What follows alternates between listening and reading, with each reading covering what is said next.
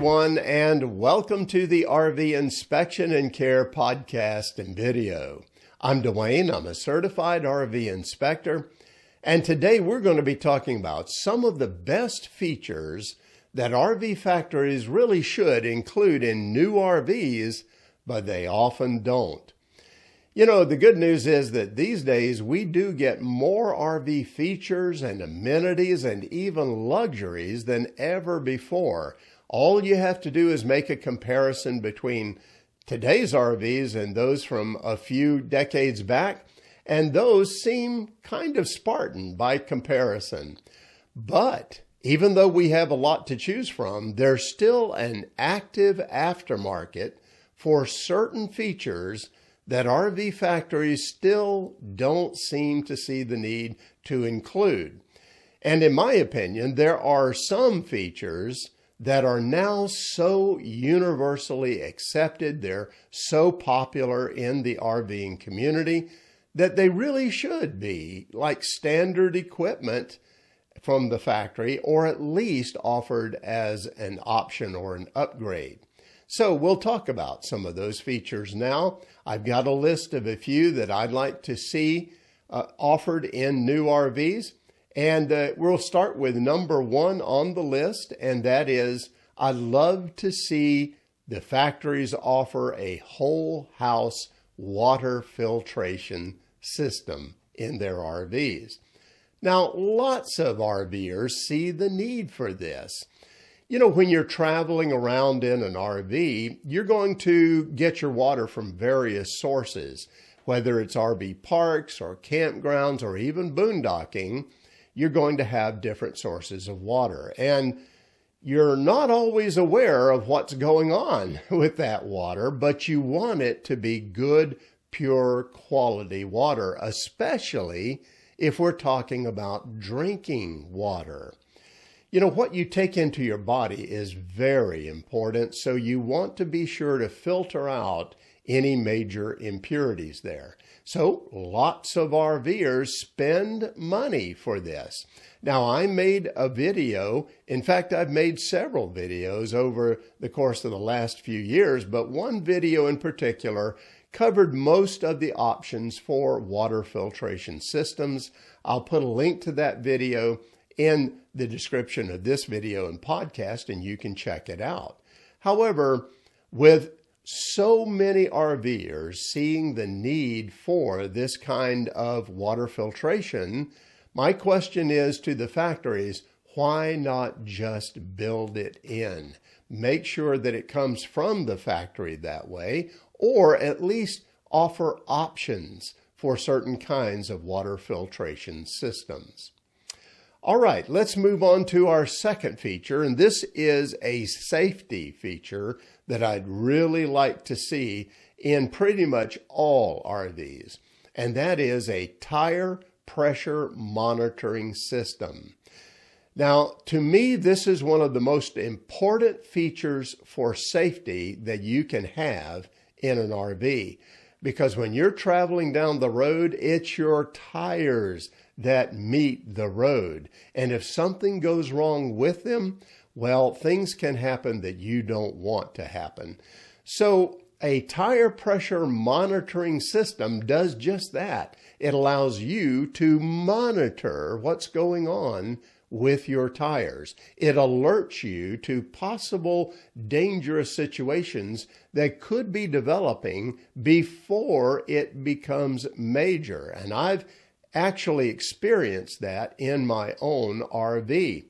So in my opinion, then, tire pressure monitoring systems should be standard equipment for all RVs.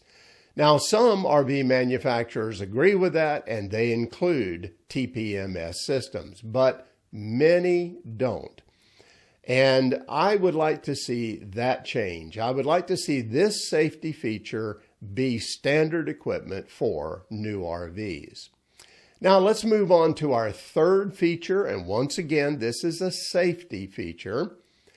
And that is, I would love to see anti-lock braking systems installed on all towable RVs. Now, many motorhomes will have ABS systems in them, but a lot of towables do not have anti-lock brakes. And anti-lock braking systems work really well in slippery conditions.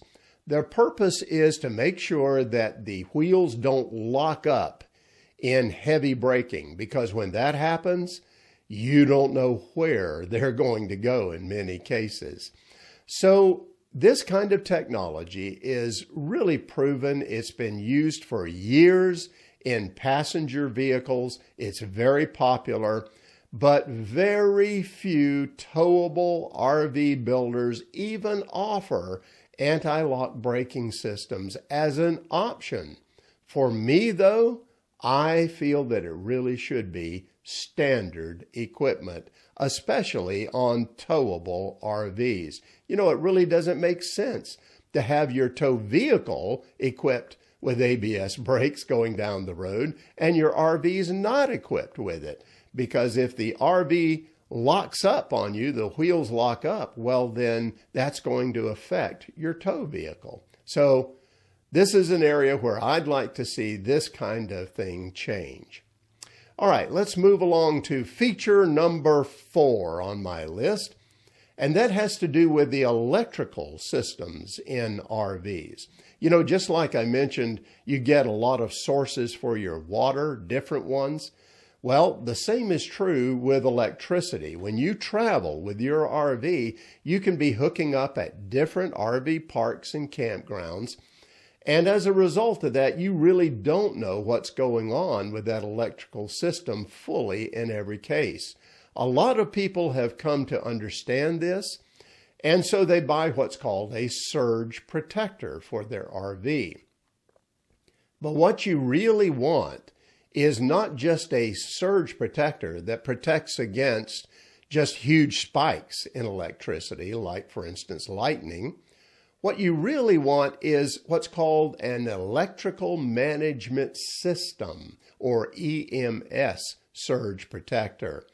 And this is so important, in my opinion, that it really should be included from the factory, at least as an option.